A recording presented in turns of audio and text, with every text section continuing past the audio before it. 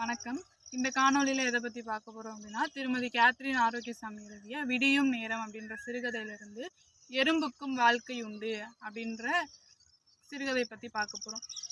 இதுல மைய கருத்து என்னன்னா, எறும்பு மனிதனால தனக்கு ஏற்படுற துன்பங்களை சொல்றதா இந்த கதை படைக்கப்பட்டிருக்கு. இந்த கதையில எறும்பு தங்களுக்குள்ள பேசிக்குது. என்ன அப்படின்னா, எறும்பு பேச ஆரம்பிக்குது. தீபாவளி பண்டிகை வந்துருச்சு. நம்ம மழைக்கால வரங்காட்டியும் நமக்கு தேவையான உணவு, பலகாரம், தின்பண்டம் எல்லாத்தையும் நம்ம சேகரித்து வச்சுக்கணும். நான் எல்லா எறும்புக்கிட்டேயும் சொல்லிட்டேன். அவங்க எல்லாருமே சேர்த்து வச்சுருவாங்க அப்படி சொல்லி எறும்பு இன்னொரு எறும்புக்கிட்ட சொல்லுது.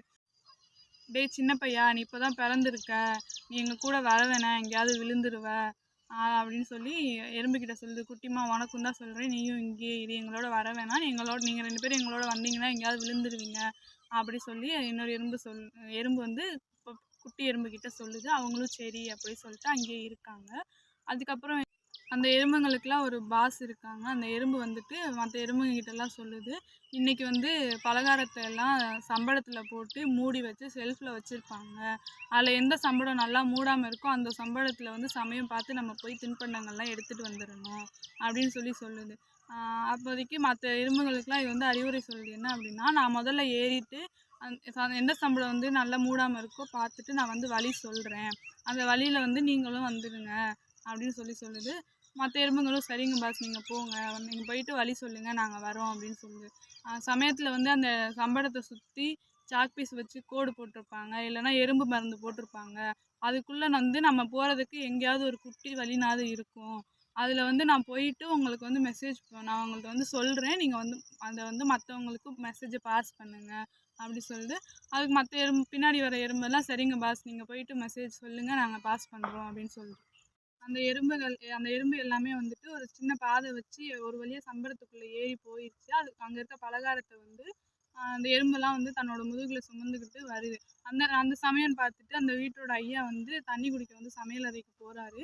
அப்போ அந்த சம்பளத்தில் எறும்பு ஏறிட்டு இருக்கிறத பார்த்துட்டு அவங்களோட வீட்டுக்காரம்மா கமலா இங்கே வா அப்படி சொல்லி கத்துறாங்க. நீ என்ன சம்பளத்தை மூடி வச்ச லட்சணம், இங்கே பாரு எறும்பெல்லாம் ஏறிடுச்சு அப்படின்னு சொல்லி அவர் கத்திட்டு இருக்கும்போது கமலா அங்கேருந்து பதறி அடித்து ஓடி வராங்க. என்னது எறும்பு ஏறிச்சா அப்படின்னு சொல்லிட்டு வேகமாக ஓடி அந்த சம்பளத்தை எடுத்துகிட்டு வேகமாக தோட்டத்துக்கு ஓடி போய் அங்கே இருக்க ஒரு சிமெண்ட் பெஞ்சில் ஒரு தாம்பலத்தை வச்சு அந்த சம்பளத்துக்குள்ளே இருக்க லட்டெல்லாம் எடுத்து வெளியில் வச்சுட்டு இருந்தாங்க.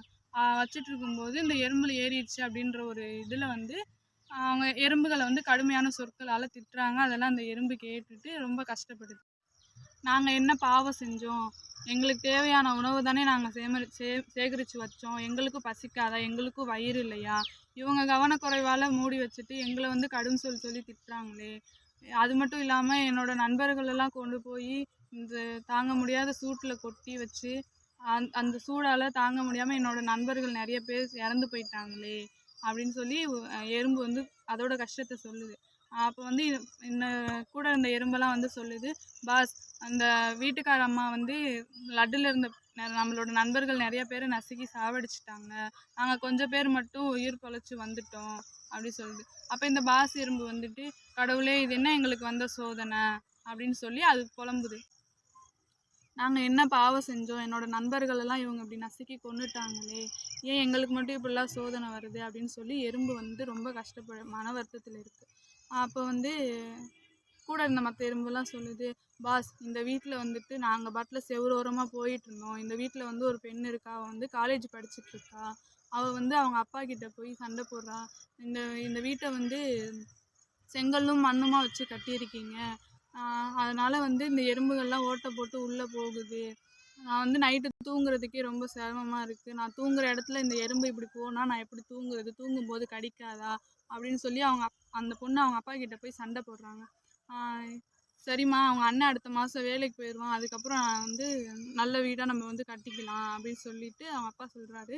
சரி, எனக்கு முதல்ல இதுக்கு வழி சொல்லுங்கள், நான் எப்படி இங்கே தூங்குறது, நான் தூங்கணும் அப்படின்னு சொல்லும்போது அந்த ஷெல்ஃபில் பாருமா எறும்பு மருந்து இருக்கும், அதை எடுத்து போடு, அந்த எறும்பெல்லாம் செத்துரும், மருந்து வாசத்துக்கு எறும்பு வராது அப்படின்னு சொல்லுவாங்க. அவர் சொன்ன உடனே இந்த பொண்ணு மருந்து எடுத்துகிட்டு போய் போட்டுருவோம். அந்த பொண்ணு மருந்து போட்டதுமே நாங்கள் பாதி பேர் என்னோட நண்பர்கள் பாதி பேர் செத்து போயிட்டாங்க, நாங்கள் கொஞ்சம் பேர் மட்டும் தப்பிச்சு வந்துட்டோம், எங்களுக்கு மட்டும் ஏன் இந்த மாதிரிலாம் சோதனை வருது அப்படின்னு சொல்லிட்டு அந்த பாஸ் எறும்பு கத்தி அழுது, என்ன பண்ணுறதுன்னு தெரியாமல் அழுது. அந்த எறும்பு அழுதுட்டு இருக்கும்போது பாஸ் எறும்பு சொல்லுது, சரி நம்மளுக்கு இன்னைக்கு நேரமே சரியில்லை, வாங்க நம்ம போய் புத்துக்குள்ளே ஒளிஞ்சுக்கலாம், நாளைக்கு போய் உணவு தேடிக்கலாம் அப்படின்னு சொல்லுது. சொல்லிட்டு இவங்க எல்லாமே போய் புத்துக்குள்ளே ஒளிஞ்சுக்கிட்டாங்க. அப்போதைக்கு இந்த வீட்டுக்கார அம்மா வந்துட்டு, இந்த பாலா போன எறும்பு வந்து லட்டுக்குள்ளே பூந்தனால இந்த லட்டே வந்து இன்னைக்கு இந்த வருஷம் தீபாவளிக்கு லட்டு பூந்தியாக தான் இருக்கும் போல் அப்படி சொல்லிட்டு லட்டுலேருந்து ஒவ்வொரு எறும்பாக எடுத்துகிட்டே இருக்காங்க. அப்படி எடுத்துகிட்டு இருக்கும்போது அந்த லட்டில் சுத்தம் பண்ணிகிட்டு இருக்கும்போது ஒரு லட்டு வந்து கீழே மண்ணில் வந்து பக்கத்தில் இருக்க ஒரு புத்து மேலே போய் விழுந்துருச்சு. அதனால் அந்த அந்த வழக்கம் போல் அந்த எறும்பெல்லாம் வந்து புத்துக்குள்ளேருந்து வெளியே வந்து லட்டு வந்து சாப்பிட ஆரம்பிச்சிச்சு. இதை பார்த்த அந்த வீட்டுக்கார அம்மா வந்து வேகமாக வீட்டுக்கு ஓடி போய் சீமனை எடுத்துகிட்டு வந்து அந்த எறும்பு புத்து மேலே ஊற்றிட்டாங்க. இதெல்லாம் வந்து இந்த பாஸ் எறும்போட கொஞ்சம் பேர் மட்டும் தப்பிச்சு வந்துட்டாங்க. பாதி எறும்பு வந்து அதில் செத்து போயிடுச்சு. மனிதர்களே, ஒரு பாவமும் அறியாத எங்களை வந்து இப்படி நீங்கள் வந்து சாவடிச்சிட்டிங்களே, எந்த தப்புமே பண்ணாத ஈழ தமிழர்களை வந்து சிங்களர்கள் கொன்று குவிச்சது மாதிரி எங்களோட இனங்களையும் வந்து நீங்கள் இப்படி கொன்று குவிச்சிட்டிங்களே, இது உங்களுக்கு அநியாயமாக தோணலையா? அதெல்லாம் நியாயமா? உங்களுக்கு ஒரு நீதி, மற்றவங்களுக்கு ஒரு நீதியா?